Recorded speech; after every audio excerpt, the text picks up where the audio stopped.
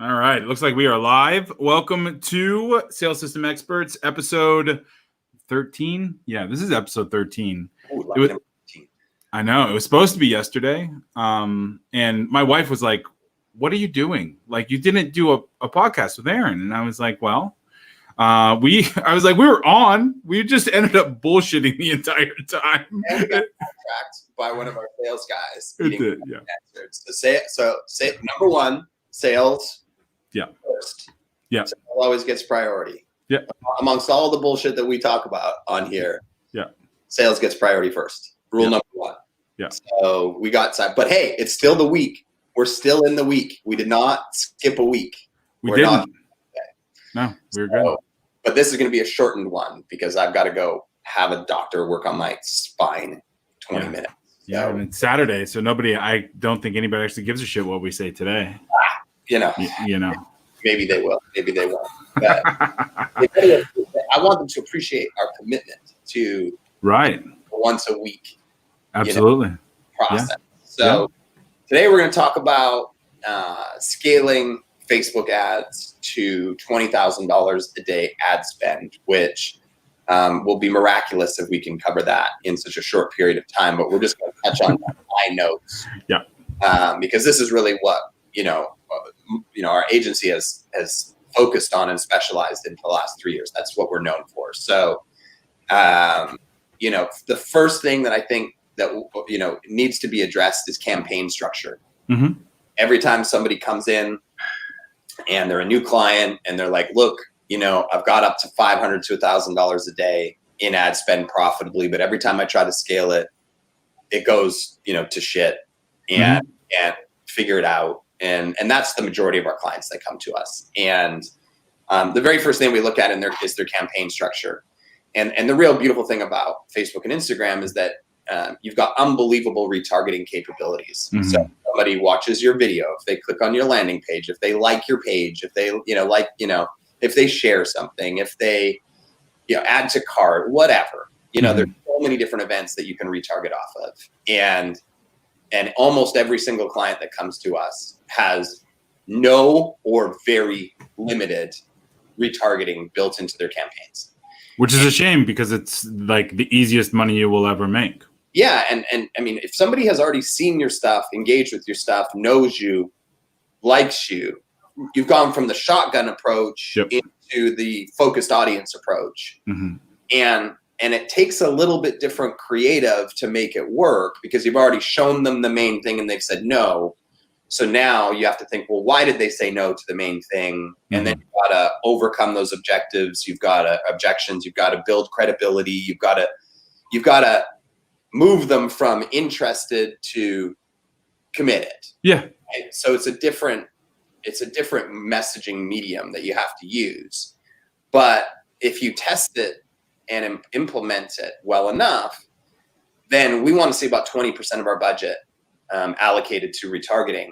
And, it depends on the industry, but typically we see somewhere around double to triple our return on ad spend in retargeting, right? And you could reverse that and be like, okay, well, you'd see like a 1/3 cost per acquisition on a customer. And when you're at scale, that's so important because the more you scale, the lower your margins get, right? If you go from US to Canada, Australia, New Zealand, UK, other English-speaking countries, start translating to other languages, spending more, eventually you're getting into the brand game now because you've just hit everybody so hard that it gets difficult. So your retargeting's got to be about 20%. Yep. And then the next thing we look at is our cold targeting. And we put about 70% of our budget into lookalike audiences.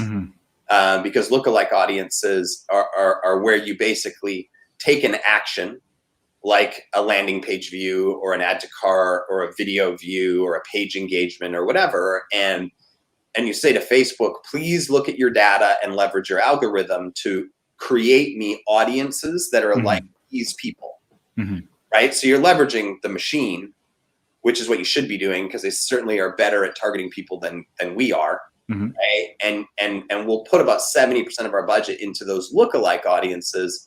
And we definitely find that the lookalike audience that's the most profitable is lookalikes of people who have bought stuff. So totally.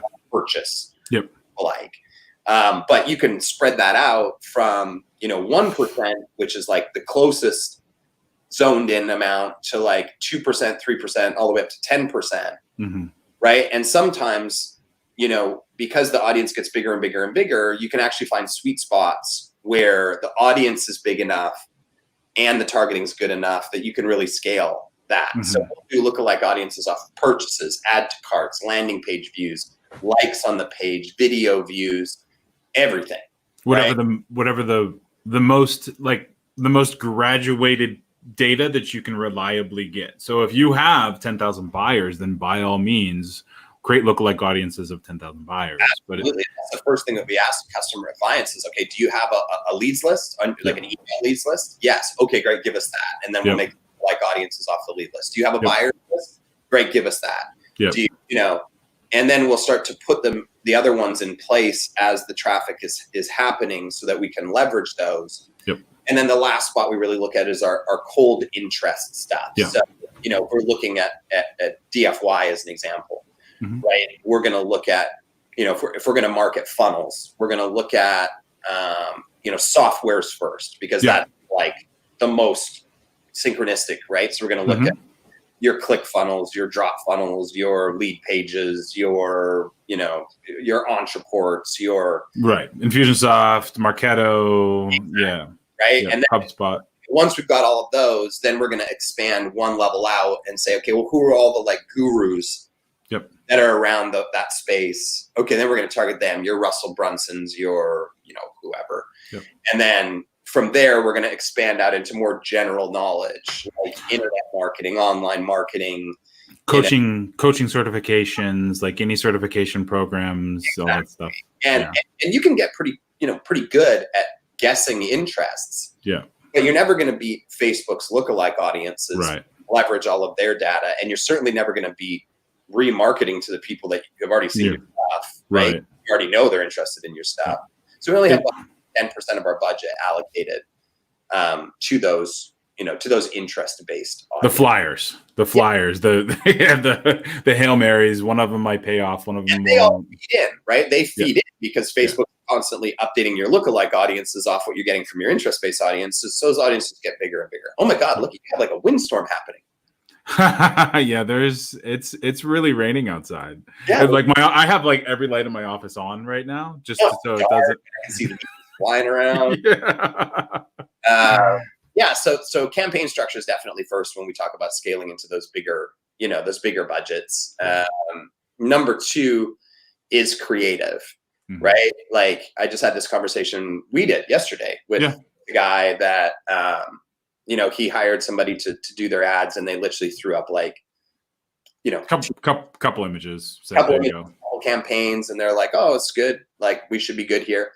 That can work for, if you're spending $50 a day, or $100 a day, that'll work, right? Yeah.